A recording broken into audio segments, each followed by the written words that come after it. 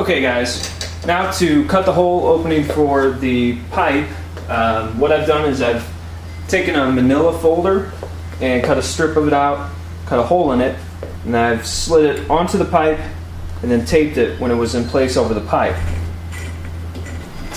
Now I'm simply going to take the pipe off, okay, and keeping that guide where it is. Now we can slip the cowl on, and with this cowl, because of the flares, there's an opening in the back. So we're going to be able to slide this right over the paper. Instead of on the outside, it's going to be on the inside. Kind of watch it as it goes in, make sure it's staying in place. Okay. And then you can use that. Take a pencil, kind of mark down in there an approximate guide of where the pipe is going to exit.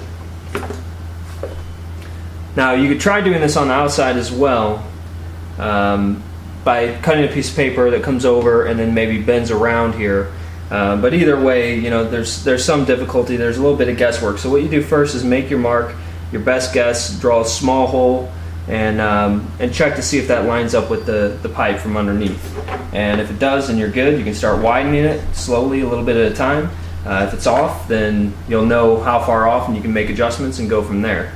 So I'm going to go ahead and make my mark and begin the process. Okay guys, I've gone ahead and started my hole for the pipe, and I placed it back on, and what I found is that I was a little bit back from where the hole actually lines up as I'm looking through.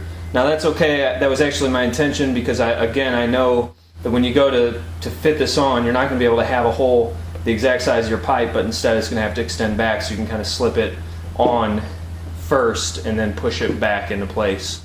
So the hole is going to have to be bigger so you can slide that cowl on there and lock it in place. But it's a good starting point, and I'm going to continue to kind of drill it out and widen it a little bit wider and a little bit longer, and a little bit more towards the front too, so that when it does finally slip on, it's going to clear the pipe. So just kind of keep taking a little bit off. Again, using the same technique that I showed you, start with a small hole, check it, just keep taking a little bit off at a time until it fits well.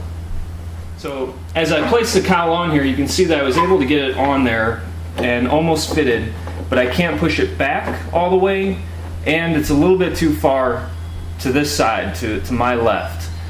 So that means it's butting up against the front and the right. And so I'm going to go ahead, the front and the left, I'm going to go ahead and make a mark with the Sharpie here, just so I know what side I'm taking off of. And then try a little bit more and see if that fits, and if not, a little bit more. Okay guys, and here are the final cuts on the cowl. You can see we've got clearance for the pipe and the cam portion of it as well now. And you can see that our cowl is sitting so that the spinner is just about 1/8 of an inch away, or maybe even a little bit less. So that's going to be perfect, look great, and we can go ahead and move on to finishing it up. Alright, now we're going to go ahead and mount the ignition, and on the inside of the mount box there's 2 layers of plywood. The inside layer has some lightning holes cut in it in a X fashion, and I don't want to go through that X. I'm going to go through the outer layer only. So to do that, I'm going to drill from the outside in, so that I'm not going through the inside layer of wood. Just like that, using a 7/64" bit, I believe. And for the bottom part, I'm going to use a hand drill first to mark the pilot holes, because I can't get a good angle using the power drill. And once that's through, I'm going to drill it to the final size. Big enough that zip ties can fit through there is all we need.